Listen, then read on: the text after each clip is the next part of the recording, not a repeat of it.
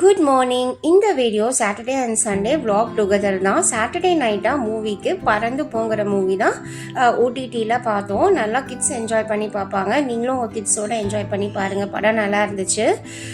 So வந்துட்டு morning லேட்டாக தான் எழுந்திரிச்சோம். மார்னிங் இட்லி சட்னி பண்ணி பிரேக்ஃபாஸ்ட் முடிச்சாச்சு. நெக்ஸ்ட் வீக் என்னோட சன்னுக்கு வந்து யூனிட் டெஸ்ட்டுங்கிறனால அவனுக்கு கொஞ்சம் சொல்லி கொடுத்துட்டு லேட் ஆயிடுச்சுங்க. லன்ச் லேட்டாக தான் ஸ்டார்ட் பண்ணேன். லன்ச் நான்வெஜ் எதுவும் எடுக்கல, முட்டை குழம்பு தான் பண்ணியிருந்தேன். ஸோ முட்டை குழம்பு பண்ணுறதுக்கு ஃபஸ்ட்டு கொஞ்சமாக எண்ணெய் ஆட் பண்ணி அது கூட மஞ்சத்தூள், மிளகாத்தூள், உப்பு ஆட் பண்ணி முட்டையை நல்லா கீறி விட்டு வறுத்தெடுத்துக்கோங்க. இப்போ அதே கடாயில் 1 டீஸ்பூன் எண்ணெய் ஆட் பண்ணி 2 கிராம்பு, 1 பட்டை, 1 பிரியாணி இலை, 1/2 டீஸ்பூன் சோம்பு ஆட் பண்ணி நல்லா வதங்கினதுமே 2 பெரிய வெங்காயம் சாப் பண்ணி ஆட் பண்ணிக்கோங்க. வெங்காயம் ரொம்ப பொடியாக கட் பண்ண முடியல, டைம் ஆயிடுச்சு. ஸோ அதனால் ஆட் பண்ணிக்கோங்க. இதுலேயே உப்பையும் ஆட் பண்ணி 1 பச்சை மிளகாய் ஆட் பண்ணிக்கோங்க. 1 டீஸ்பூன் இஞ்சி பூண்டு பேஸ்ட். இது நல்லா வதங்கினதுமே 3 சின்ன தக்காளி எடுத்துக்கோங்க. நிறையா தக்காளி சேர்த்திங்கன்னா தக்காளி குழம்பு மாதிரி ஆயிரும்.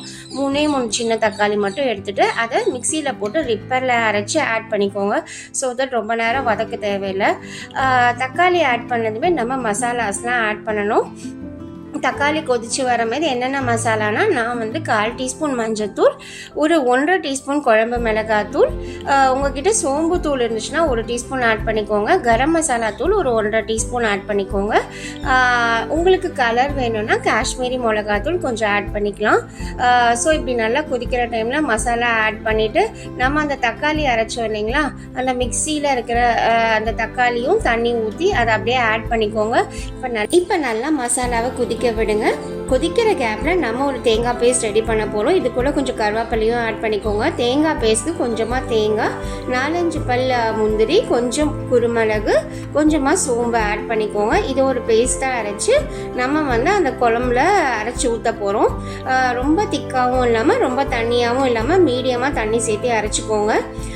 இதுக்கப்புறம் உங்களுக்கு கன்சிஸ்டன்சிலாம் பார்த்துக்கோங்க, எல்லாம் உப்பெல்லாம் கரெக்டாக இருக்கான்னு. ஏன்னா நம்ம தேங்காய் அரைச்சி ஊற்றுனதுமே கொஞ்சம் காரம்லாம் குறைஞ்சிரும். நீங்கள் செக் பண்ணி பார்த்துக்கோங்க உங்களுக்கு காரம் கரெக்டாக இருக்கான்னு.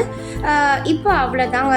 இதை வந்துட்டு மூடி போட்டு ஒரு 5 நிமிஷம் கொதிக்க வச்சுட்டு லாஸ்ட்டாக வந்து நம்ம வறுத்து வச்சுருந்த முட்டையை ஆட் பண்ணி இன்னும் ஒரு 2 மினிட்ஸ் கொதிக்க வச்சு கொத்தமல்லி போட்டு சர்வ் பண்ணிங்கன்னா சூப்பரான முட்டை குழம்பு ரெடி ஆயிருங்க.